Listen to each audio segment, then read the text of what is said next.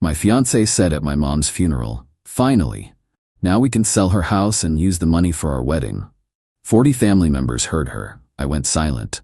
Then I told her to leave. When she refused and my uncle, a police officer, had to escort her out, I, 32 male, buried my mom on Tuesday. Cancer. 4 months from diagnosis to gone. Didn't even get time to process it before she was in the ground. The funeral was small, maybe 40 people at my aunt's house after. Family mostly, some of mom's co-workers from the library where she worked for 20 years, couple neighbors. Standard stuff, people sharing stories, crying, laughing at memories. You know how it goes. My fiancée was there. We'll call her Vanessa, 29F. Been together 2 years, engaged for 6 months.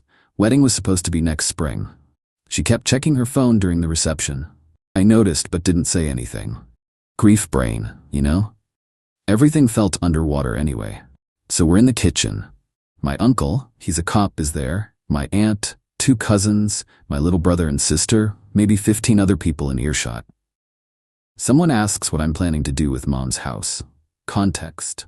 Mom left me the house in her will. Small ranch place, 3-bed, 2-bath, paid off, worth about $280 according to the realtor who did the estate valuation. She also left me her savings, about $45. Everything else got split between my siblings. Before I could even open my mouth, Vanessa jumps in. "Finally, now we can sell it and use the money for our wedding. I've been looking at this venue and it's $85 for everything, but it's perfect. This is like perfect timing."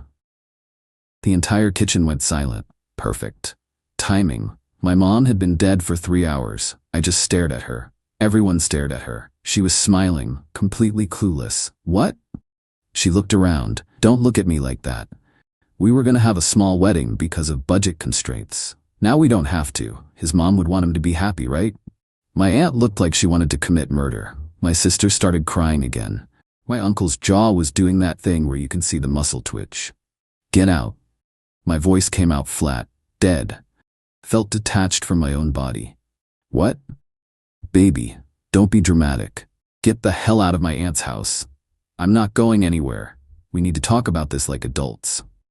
"You just said my mother dying was perfect timing, at her funeral reception. Get out." She crossed her arms, actually crossed her arms like a toddler. "No, you're grieving and not thinking straight. Someone needs to make smart decisions here." That's when my uncle stepped up. Full cop voice. "Ma'am, you need to leave, now." "You can't tell me what to do." "Actually, I can. You're causing a disturbance at a private residence during a funeral reception. You can walk out, or I can escort you out. Choose." She looked at me like I was supposed to defend her. I just stared. "Are you seriously letting him do this to me? Over me being practical?" Silence. My uncle took her by the elbow, not rough, just firm, and walked her to the door. She screeched the whole way. How ungrateful I was, how she was just trying to help, how everyone was overreacting. How dare I humiliate her like this? Door closed. Everyone just stood there. My dad's brother, who I barely talked to because he's a mess, goes, "Well, dodged a bullet there, kid." Couple people laughed nervously. Mostly just shocked silence. I walked outside, sat on the porch, couldn't cry, couldn't think, just sat there. My sister found me maybe 20 minutes later, sat down next to me. Didn't say anything, didn't need to. My phone started blowing up around midnight. Texts from Vanessa. Started with, "Baby, I'm so sorry," and devolved into, "You're being ridiculous, and we need to discuss our future, and what about the house?" Blocked her. Fell asleep in my childhood bedroom at mom's place surrounded by her things. Woke up the next morning still not believing any of it was real. Update 1. So it got worse. Obviously. Morning after the funeral, I'm at mom's house with my siblings. We're going through her stuff, trying to figure out what to keep, what to donate. Rough day. Lots of crying. Around 7 a.m., someone starts banging on the door. Vanessa. My brother opens it. She tries to push past him. "I need to talk to him. This is ridiculous. We're getting married." My sister blocks her. "You're not welcome here. I'm his fiancée." "Not anymore, you're not." I came to the door. She tried to shove past my sister. Didn't work. My sister played college volleyball and outweighs Vanessa by 30 pounds of pure muscle. "Baby, please. I'm sorry if what I said came out wrong. I was just trying to help. You're not thinking clearly because of grief. Stop talking. We need to discuss the wedding. The venue needs a deposit by next week or we lose the date." There is no wedding. Her face changed, went from fake concern to cold in half a second. Don't be stupid. You're upset, I get it. But we're not throwing away 2 years because I was being realistic. You called my mom's death perfect timing, at her funeral, in front of 40 people. I didn't mean it like that. How did you mean it then? Nothing. She had nothing. Just leave. We're done. Fine, keep the stupid house, but I want my ring back. That's $8,000 worth of diamond, and you're not keeping it if you're gonna act like this. I went to my car, got the ring from the glove box where I'd thrown it after blocking her, tossed it at her feet. There, now get lost.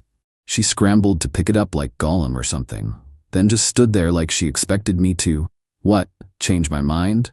When I didn't move, she huffed and stormed off, peeled out of the driveway loud enough to wake the whole neighborhood. My brother looked at me. Dude, what did you ever see in her? Honestly, good question. I started thinking about it over the next couple days. The relationship was easy. She planned everything, made all the decisions. I thought she was being helpful, taking initiative. Now I see she was just controlling everything. Like whenever we talked about the future, it was always about the wedding.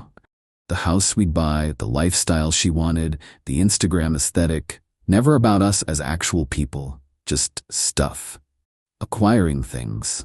And she'd made comments about Mom's house before. Such a good school district. The yard is perfect for kids. We could redo the whole kitchen, open concept. I thought she was just planning ahead. Didn't realize she was already claiming it in her head. Then her mom called me. You're making a huge mistake. My daughter loves you. Your daughter said my mom dying was perfect timing. She didn't mean it that way. You're being cruel. She's devastated. Devastated about losing me, or losing access to a 280,000 house. She started screeching about how ungrateful I was, how her daughter put up with my family, how I was throwing away a good woman over one little mistake. Hung up. Blocked her too. 2 days later, our wedding planner called. Hey, so your fiancée has been calling me non-stop. She wants me to bill you for all the cancellation fees. It's about $2,400. We split the deposit when we booked. Contract says whoever cancels pays the fee. That's what I told her. But she keeps insisting you inherited money so you can afford it and I should make you pay. I just wanted to confirm with you that we're really done here before I move forward. Completely done.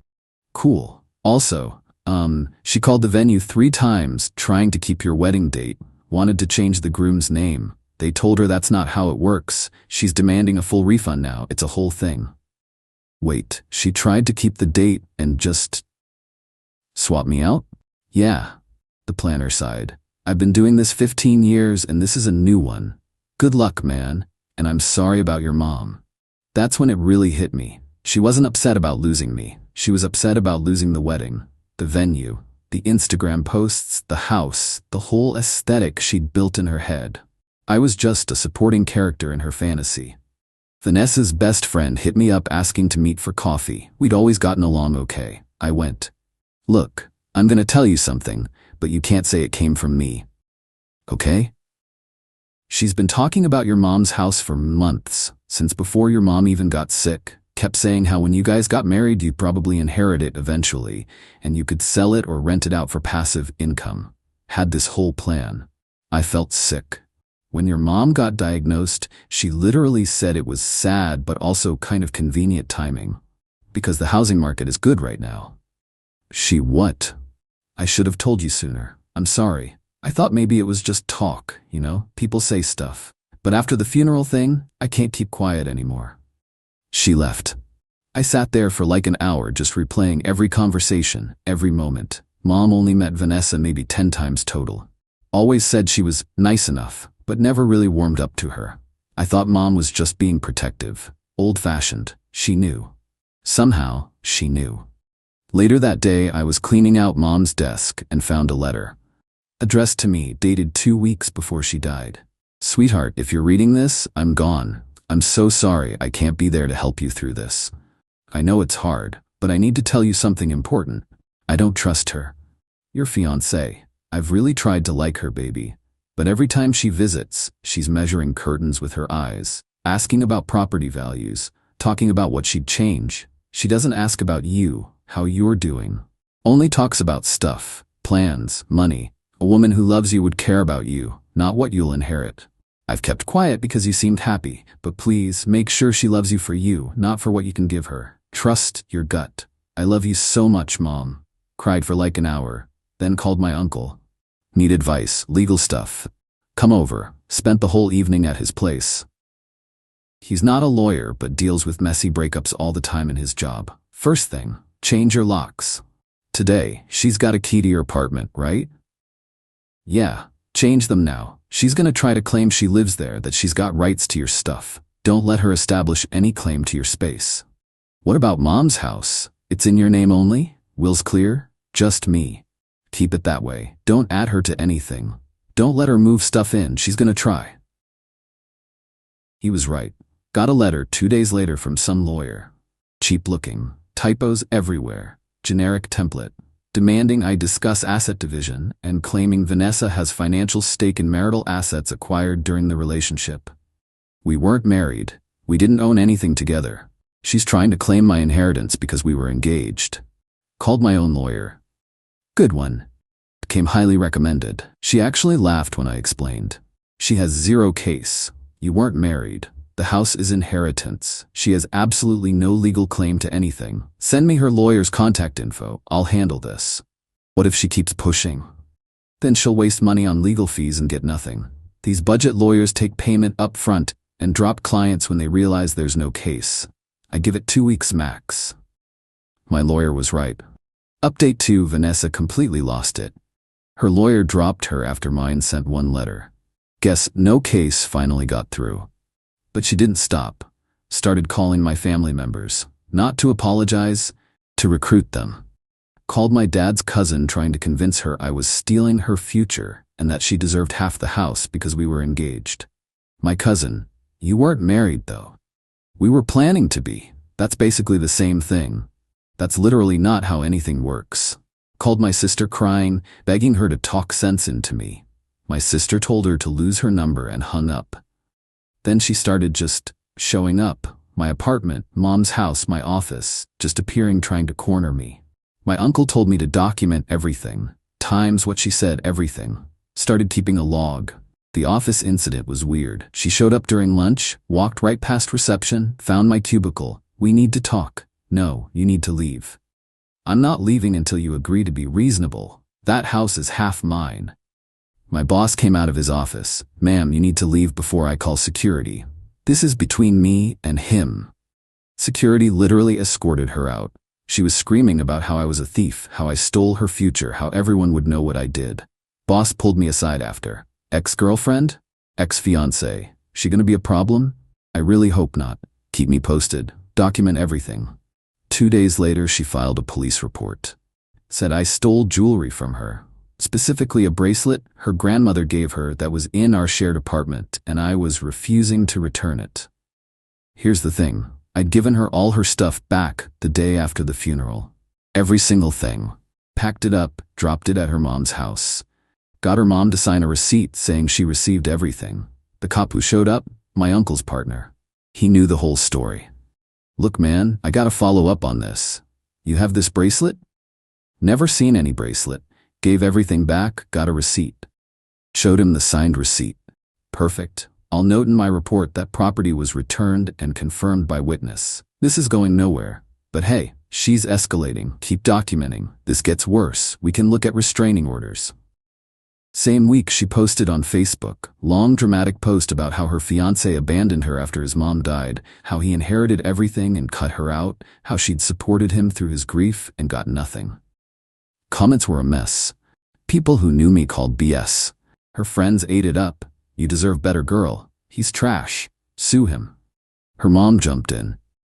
Posted about how I was raised wrong, how my mom would be ashamed of how I treated her daughter, how that house should be shared. My aunt, mom's sister, saw it.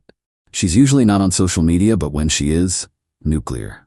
Commented, your daughter said perfect timing about my sister's death at the funeral, 3 hours after we buried her, in front of 40 witnesses. You want to talk about being raised wrong? Start with your own kid. Tagged everyone who was there. They all confirmed it. Every single one. Post disappeared within an hour, but she still wasn't done. Started calling wedding vendors we'd talked to, photographers, caterers, everyone. Telling them I was refusing to pay bills and they should contact me directly. They all called to verify. Told them engagement was off, she's handling her portion, I'm handling mine, which was nothing because she'd insisted on paying all deposits herself to get the credit card rewards. She tried to return the ring. Store said no. Custom setting, no refunds per policy. So she tried selling it online. Listed it for $12,000. I paid $8,000 for it. Kept dropping the price. Saw it at $5,000 last week. Still listed. Then realtors started calling me. Hi, following up on your inquiry about selling the property at mom's address? I never contacted any realtors. Oh, well, someone called from this number asking about market prices and assessments. She was impersonating me. Calling realtors. Trying to get mom's house listed for sale. Changed all my passwords. Put fraud alerts on my credit. Called every major real estate company in the area and explained, do not list this property, do not accept any requests unless I contact you directly from verified email and phone. Then the insurance thing. She'd been on my health insurance, domestic partner coverage through work. I dropped her the week after the funeral, standard life change, update benefits. She called HR, said I'd done it by accident while grieving. Demanded to be reinstated. HR told her no. I'd submitted paperwork personally with all required signatures. Not an accident. He's not thinking clearly. His mom just died. Ma'am, the paperwork is very clear. The relationship ended. Coverage ended. This is illegal. HR shut her down and called me to document she'd tried to manipulate them. I was exhausted. Grieving mom, handling estate stuff, helping my siblings who were struggling, and this woman would not stop. My lawyer called. She's threatening to sue again. Different angle. What now? Claiming you verbally promised her the house, says it was an oral contract and you're breaking it. That's insane. Yep, also unprovable and not how inheritance works at all. But she found another budget lawyer to take her money. They sent a demand letter. Demanding what? $140,000, half the house value. Plus $15,000 for emotional distress and wedding costs. $155,000 total. I actually laughed. What do we do? Ignore it. She's fishing, hoping you'll settle to make her go away. Don't. If she files suit, which costs money she doesn't have, we'll crush it. But she won't. This is theater. 2 weeks later, nothing. No lawsuit, just empty threats. But harassment continued. Started getting random packages at my apartment. Cheap jewelry, stuffed animals, cards with I miss you written inside. Returned everything. Not at this address. She started parking outside my building, just sitting in her car. For hours. Called non-emergency police line. They sent someone. She left when the cop showed up. Came back next day. Third time, cop told her if she came back again, harassment charges. She finally stopped coming around. Started getting calls from unknown numbers though. Her friends, her relatives, people I'd never met. All with the same script. I was being unreasonable. She made one mistake. I should forgive her. She deserves half the house. Blocked them all. Then her dad called. He'd never liked me, barely spoke to me in 2 years. Now suddenly he's calling. You need to do right by my daughter. That house should be split. Your daughter said my mom's death was perfect timing. At the funeral, I don't owe her anything. She made a mistake. You're being vindictive. I'm being done. Lose my number. Blocked him. The house was still sitting there. I wasn't living in it, couldn't bring myself to yet. But I knew I needed to do something with it. My siblings and I talked, decided to sell. None of us wanted to live there without mom. Too many memories, too painful right now. Listed it, got an offer within a week. $288,000. Cash buyer, no inspection issues, fast closing. Took it. Final update, house closed last week. Money's in my account, split some with my siblings even though mom's will didn't require it, felt right. They'd helped clean everything out, supported me through all the Vanessa drama. They deserved something. Paid off my car, put the rest in savings. Felt surreal seeing that number in my account. Vanessa found out somehow. Probably drove by and saw the sold sign. Got a text from unknown number. Hope you choke on that money you stole from me. Blocked it. Sent screenshot to my lawyer just in case. Her best friend reached out again. She's really not doing well. Thought you should know. Not my problem. I know, just, she lost her job, kept missing work for legal stuff and got fired. She's back living with her parents. It's bad. She did this to herself. I know, I tried telling her, she won't hear it. Blames you for everything. Hung up, felt nothing about it. No satisfaction, no guilt. Just empty. The grief for mom comes in waves. Found one of her books yesterday and just broke down. Some days I'm functional, some days I can't get out of bed. My siblings and I text daily, checking in. It helps. Dad's been around more. We weren't close after my parents divorced, but he's trying. Showed up to help pack mom's house, didn't ask questions, just worked. We got pizza after and talked about her. First real conversation we'd had in years. My aunt calls every week. Brings food, tells stories about mom growing up. I look forward to those calls. Work gave me extra time off when I needed it. My boss has been cool about the whole thing. Coworkers don't push, just let me exist. Haven't thought about dating. Can't imagine it right now. Maybe later. Maybe not. Don't care either way. The wedding would have been next month. Sometimes I think about that. About what I'd be doing if none of this happened. Getting nervous about vows, arguing about seating charts, excited and stressed. Dodged a nuke, honestly. I framed mom's letter. It's on my desk. When I start doubting myself, wondering if I overreacted, I read it. Then I remember. Perfect timing. That phrase lives in my head rent-free. My sister asked if I regretted anything. Not ending it. Just not seeing who she really was sooner. She hid it well, or I didn't want to see it. Both things can be true. She's right. I ignored red flags because it was easier. Let her make all the decisions, plan everything, control the relationship. Didn't want to rock the boat. Won't make that mistake again. Got another call yesterday from Vanessa's mom. Different number. You destroyed my daughter's life. She had everything planned. You ruined it. Your daughter said my mom dying was perfect timing. At the funeral, she ruined it herself. She made one mistake. One comment. One comment that showed me exactly who she is. Everything after just proved it. She loved you. No, she loved what I could give her. That's not the same thing. Hung up, blocked that number too. My uncle stopped by last night with beer. Sat on my porch, didn't talk much. You good? Getting there. Your mom would be proud. You didn't let anyone push you around, stood up for yourself. Doesn't feel special, just felt like the only option. That's exactly why it matters. Most people cave, make excuses, try to fix unfixable things. You didn't. We finished our beers in silence. Sometimes I think about that venue, the $85,000 one, the one she couldn't wait to use my dead mom's house money to pay for. Wonder if she thinks about it too, if she drives past it, if she's convinced herself it should have been hers. Don't really care either way. Mom's gone, that's the real loss here. Everything else is just noise. But I'm still here. Still moving forward, one day at a time. And I'm doing it without someone who saw my mother's death as a business opportunity. That's honestly enough.